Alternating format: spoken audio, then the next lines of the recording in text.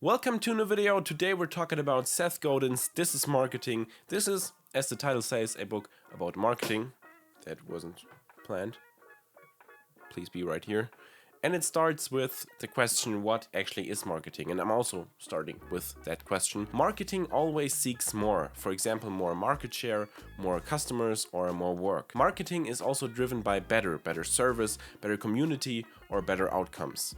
Marketing also creates a culture, a status, affiliation, or people like us. Most of all, marketing is change, a change in culture, in the world, and marketers make this change happen. In fact, each of us is actually a marketer and has the ability to make more change than we could actually imagine. And also we have to do marketing that we are proud of. The first very outstanding and interesting thing that I found in this book has the title The Lock and the Key. And it quotes that it doesn't make any sense to make a key and then run around looking for a lock that it fits in, but instead the only productive solution is to find a lock and then fashion a key for it. Next we have marketing in 5 steps. The first step is to invent a thing worth marketing, with a story worth telling and a contribution worth talking about. The second step is to design and build it in a way that few people will really benefit from it and care about it. The third step is to build a story that matches the built-in narrative and dreams of that tiny group of people, the so-called smallest viable market. The fourth step is the one that everyone gets excited about, which is spread the word. And the last step is actually very often overlooked.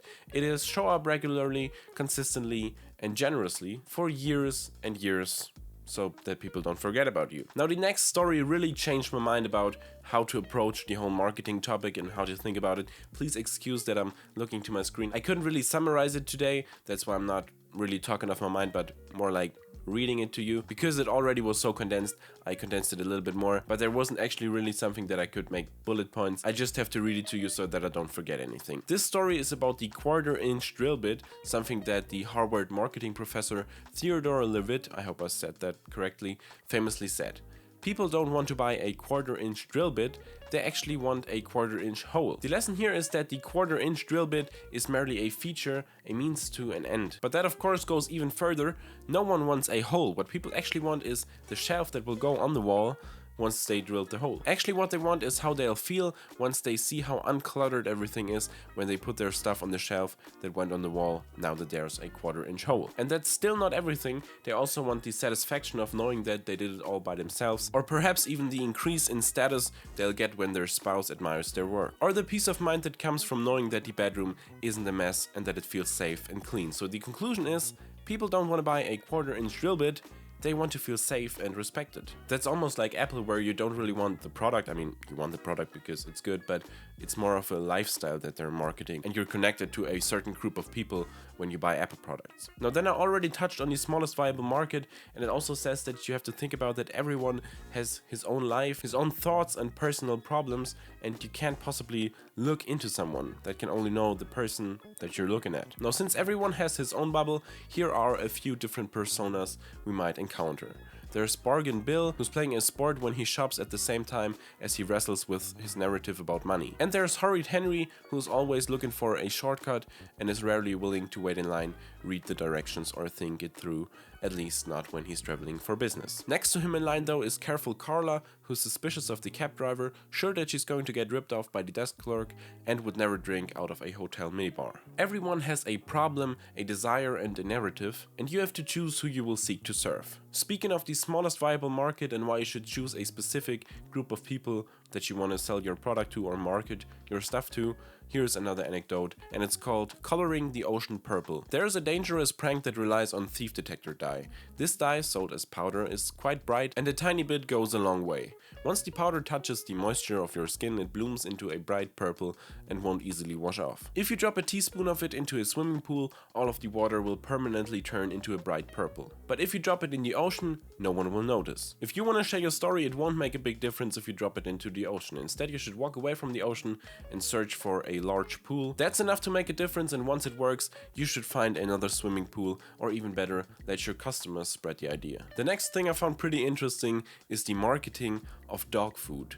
Dog food must be getting better, more nutritious, and of course more delicious. Americans actually spent more than $24 billion on dog food last year, well, the year before the book was published. The prices have skyrocketed and the ingredients are becoming more of a gourmet nature. And yet no one has ever seen a dog buy dog food. The dog food might be getting more delicious as it's getting more expensive, but we actually don't know that. But we certainly can be sure that the owners like it more. Because dog food is for owners, it's for the way it makes them feel, the satisfaction of taking care of an animal that responds with loyalty and affection, the status of buying a luxury good, and the generosity of sharing it. Then he closely touches on the concept of 1,000 true fans that Kevin Kelly, the founding editor of Wired, wrote an essay about in 2008. It says that you could make a living as an independent creator of intellectual property, like for example as a singer or a writer, with just 1,000 true fans. 1,000 true fans meaning 1,000 super fans that will buy everything that you produce and put out. Like diehard fans that will drive 200 miles to see you sing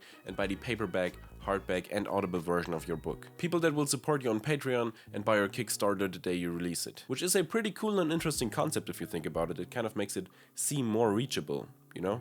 Like, I have 1,000 subscribers, seemingly not all super fans, but we're getting there.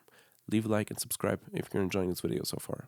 Thanks. Halfway through the book, Seth actually writes that you probably opened this book and said, I have a product to sell and I need more people to buy it. I have a marketing problem. But by then he hopes that we see the industrialist and selfish nature of that. The purpose of our culture isn't to enable capitalism, even capitalism that pays our bills. The purpose of capitalism is to build our culture. Now, instead of asking how can I get more people to listen to me, how can I get the word out, how can I find more followers, how can I convert more leads into sales, how can I find more clients, how can I pay my staff, you should ask what change can I seek to make. And once you know what you stand for, the rest gets a lot easier. He also talks about ads, how they're getting cheaper if you put your ads online, but also how they get less and less effective because there's such an overflow of them. So you shouldn't build a brand for everyone, again, just for a specific, very specific group of people, the smallest viable market.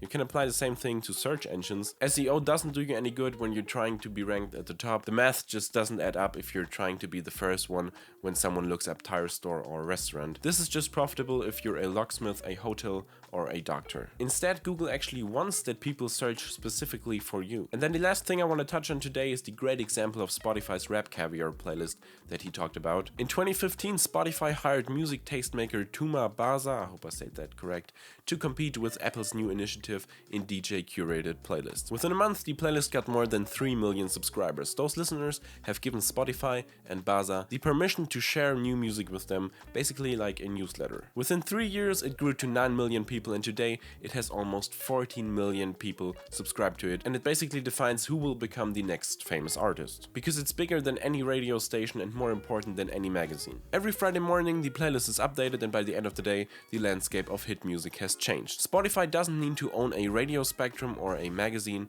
they own a permission asset instead. Permission, attention, and enrollment drive commerce. And that's all we got time for today. Very interesting and different approach to marketing than I actually thought. Definitely give it a try. I really hope you enjoyed this video. If you did, please be sure to hit that like button and also consider subscribing right here for more videos like this. If you want to watch more book videos, you can watch the playlist right here. And here's actually last month's book review. And I will hopefully see you in the next video. Goodbye.